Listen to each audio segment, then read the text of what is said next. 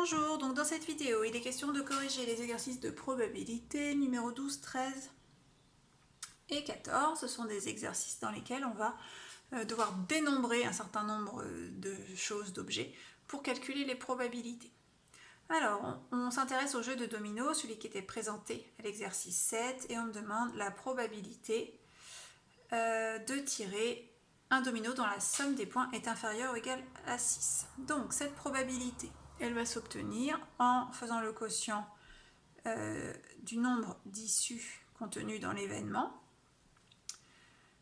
que je vais appeler E, donc c'est-à-dire inférieur ou égal à 6, par le nombre d'issues contenues dans l'univers, c'est-à-dire le nombre d'issues totales différentes. Donc on me dit que on me dit rien du tout, il faut juste compter combien on a d'issues totales, donc combien de dominos différents est-ce qu'on a. On en a 4 lignes de 7, donc 28. Et ensuite, je n'ai plus qu'à regarder la somme pour chaque domino et je compte combien me donne une somme inférieure ou égale à 6. Donc si vous comptez bien, donc tous ceux de la première ligne conviennent, donc ça en fait déjà 7. Ensuite, sur la deuxième ligne, vous avez les 5 premiers, donc ça fait 12. Puis sur la troisième ligne, vous avez le premier, le deuxième et le cinquième. Après, on va être au-delà d'une somme de 6. Donc, ça fait en tout 16, je crois. On va recompter. Donc, 1, 2, 3, 4, 5, 6, 7, 8, 9, 10, 11, 12. Non, il y en a un 13e à la fin de la première ligne. Donc, 13, 14, 15 et 16. Donc, 16 sur 28. On va pouvoir simplifier, par 4, ça fait 4 septièmes. On passe à l'exercice numéro 13. Donc là, on décrit dans cet exercice 13 un jeu de tarot. Et on me demande de déterminer différentes probabilités. Donc la probabilité de tirer une carte noire. Donc il faut que je compte combien il y a de cartes noires et que je divise par le nombre de cartes en tout. Donc ça, c'est déjà facile. On a 78 cartes. Les cartes noires, eh bien, ce sont les cartes pique ou trèfle.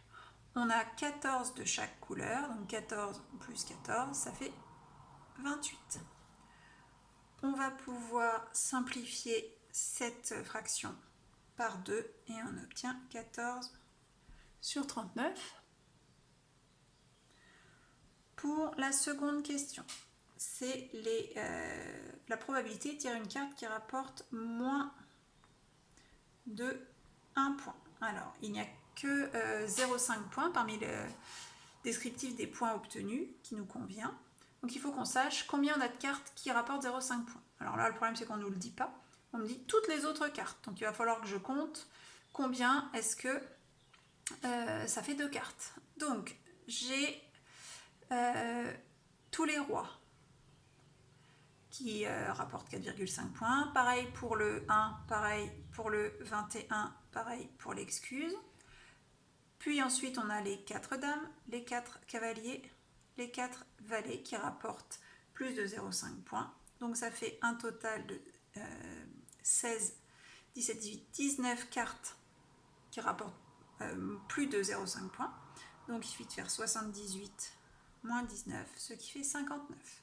Donc on a 59 cartes sur 78 qui rapportent moins d'un point. Troisième probabilité, celle de tirer une carte qui rapporte plus de 2 points. Donc pareil, on va compter. Celle qui rapporte plus de 2 points, on a les 4 rois, le 1, le 21, l'excuse. Ensuite, on a les 4 dames, plus les 4 cavaliers. Et on s'arrête là parce que les valets rapportent seulement 1,5 points. Donc ça fait 12, 13, 14, 15 sur 78, puisqu'on a toujours 78 cartes qu'on peut simplifier par 3, 5 sur 26. Il nous reste l'exercice 14 que l'on va corriger maintenant.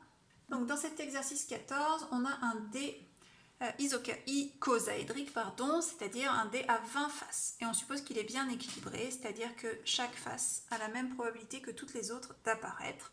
Donc chaque face a une probabilité égale à 1 sur 20 d'apparaître.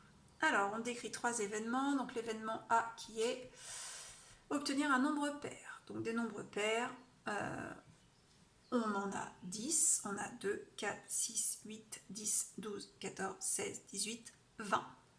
Donc 10 nombres pairs peuvent apparaître sur un total de 20 faces possibles. Donc on a une probabilité de 1,5 pour l'événement A. Ensuite, la probabilité de l'événement B. B étant l'événement, on obtient un diviseur de 20.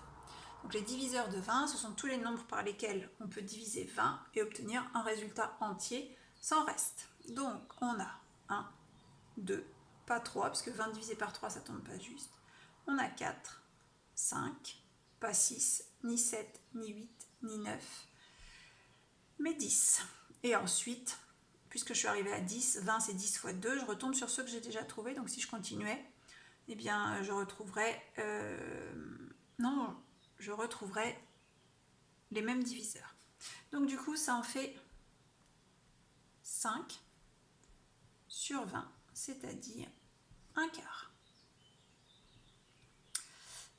On termine avec la probabilité de l'événement C, obtenir un multiple de 4. Donc les multiples de 4, ce sont tous les nombres que l'on obtient en multipliant 4 par un nombre entier. Donc on a 4, 8, 12, 16 et 20. On en a à nouveau 5 sur 20, un quart. C'est terminé pour ces 3 exercices.